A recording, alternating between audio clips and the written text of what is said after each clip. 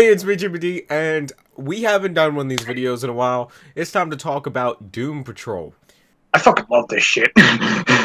Doom Patrol is very interesting because I didn't know much about the Doom Patrol going in other than what I had learned back on the Teen Titans animated series. Um, with this, however, you learn a lot about the characters. First off, that you didn't learn in the Teen Titans live action. No. Um, the characters are way better than they were in that one Oh yeah. episode of Teen Titans. Even though we didn't get a ACDC cooking scene, still, it's great because the first shot of any character you see is Brendan Fraser's ass, and it's like, yeah, this is gonna be good. But no, this is really fucking good. This to me proves that because like I was kind of worried about like how they were going to handle Doom Patrol because not a lot of people know about them. Yeah.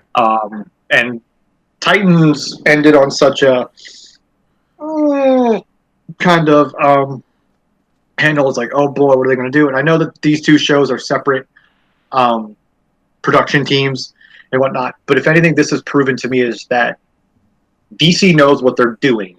Yeah. You know? So it's going to be very interesting once they handle like something like Swamp Thing. Yes. So we're going to divide this up into the things we liked, the things we didn't like, and then our grade. Okay? So, first thing I liked was the cinematography. Oh, yeah. It had improved so much from Titans.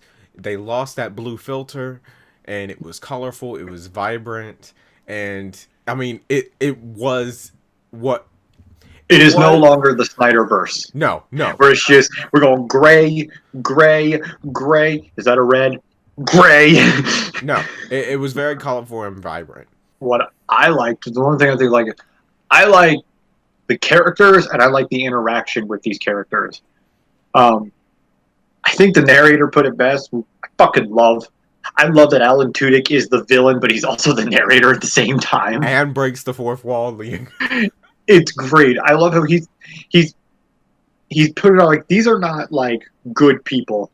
Okay, like these are not like your everyday heroine superheroes, you know. It's like these are people who have done horrible things in their past, and instead of trying to hide it and shell it, you know, their powers are kind of like force it out of them. And with characters, I do feel like Brendan Fraser. He's so great. He's so great as Robot Man. Not only, like, it's funny how he can be two different people, but the same character. Because when he's physical, Brendan Fraser, he's a douche. And that you don't like that character. But as Robot Man, he's fantastic and you fall in love with that character. He did a great job of separating the two before Mixing and the the two. after. Yeah, I know. And they've also built these up to where they've hinted a little bit at like they're the backstory, but enough to where what a good pilot should do, because pilots are fucking notoriously hard because you have to build a world, you have to introduce characters, you have to get all this layout done. But they've done it a well enough job to where they've given you, okay, here's who they are, here are their powers, but there's still many questions of like, wait, why would he have to do that? Well, how did the powers really work? Exactly. That's where you can expand more into. Another thing I liked was the one character that we did not see in the Titans episode, and that was Jane, or Hammerhead. Crazy Jane is what they call her. Crazy Jane. Very interesting. It kind of reminds me of Split, in a way. Yeah. Except there's triple the amount of personalities. Yes, and they have superpowers. Each one has a different superpower. You know what it reminds me of? It reminds me of Legion. You know, yeah. You know, but like as to where like Legion doesn't know that he has these thousands of personalities. He's kind of focused on like 3. Yeah. That's kind of what they're doing here. Is they tell you she has 64. They've only really focused on 3 at the moment. Yeah. But the actress is able to switch between personalities so well that it definitely, and her interaction with Robot Man definitely got hold It's of me. really good. Like I said, the character stuff is, despite my technical and film problems I have with this, which there are, it's a lot of. Besides the technical aspects, the part that what makes these shows still really good and makes me want to come back is the character stuff. Yes. Dislikes. One thing that I really didn't like about the show, this was a great pilot. It was still a little heavy, like it was a little heavy. They try Yeah, to do a lot within this one episode, and like, okay, first thing, I swear to God, Robot Man better had stood in that at that one window for 30 years. Because the whole way they shot that, I know what you're talking about. it made it look like he stood there for 30 years and never moved. That's my biggest. That's the thing. My biggest problem is they still have that Titans-esque style when it comes to like production and shooting. Like Titan's biggest fucking problem was their fucking editing and story structure. Like not their actual like plot structure, but just how you frame this beast together. Yeah, Like Titan will literally have shots to where you'll have Robin driving off in one direction, and the very next scene he'll be walking to a building. yeah. You know, It's very, it's like I get it. It's supposed to implement that time has passed, but for the most part, until the very ending where he starts building the stock car, it's just like he just stood at a window for 30 years. yeah. Um, what was something you disliked?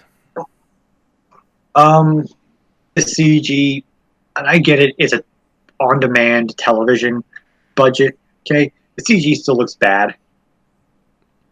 Okay, I mean, and it's better than I'm CG not and Titans.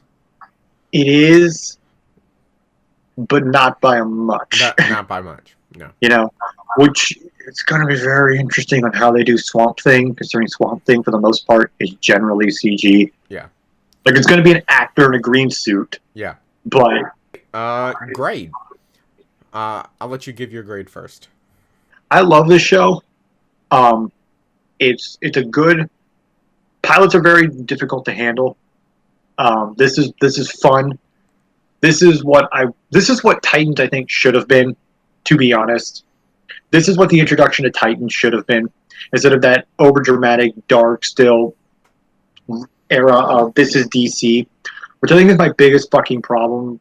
I think just as a whole, and that this whole mentality to hate on DC, it's bullshit at this point.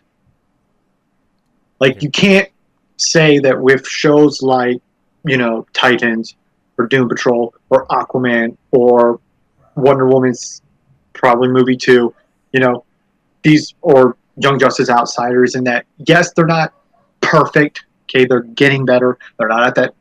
I hate to fucking. I'm gonna get blasted for saying this. They're not at that Marvel level. Okay, but the whole like, oh, it's fun to hate on DC because it's DC. No, it's just fucking annoying at this point. Yeah. I'm gonna give it a solid B. Okay. Okay. Like it has problems. It felt longer than 60 fucking minutes. A little, yeah. It did. Like there comes a point to where like I'm checking my watch. Like how much fucking longer do we got?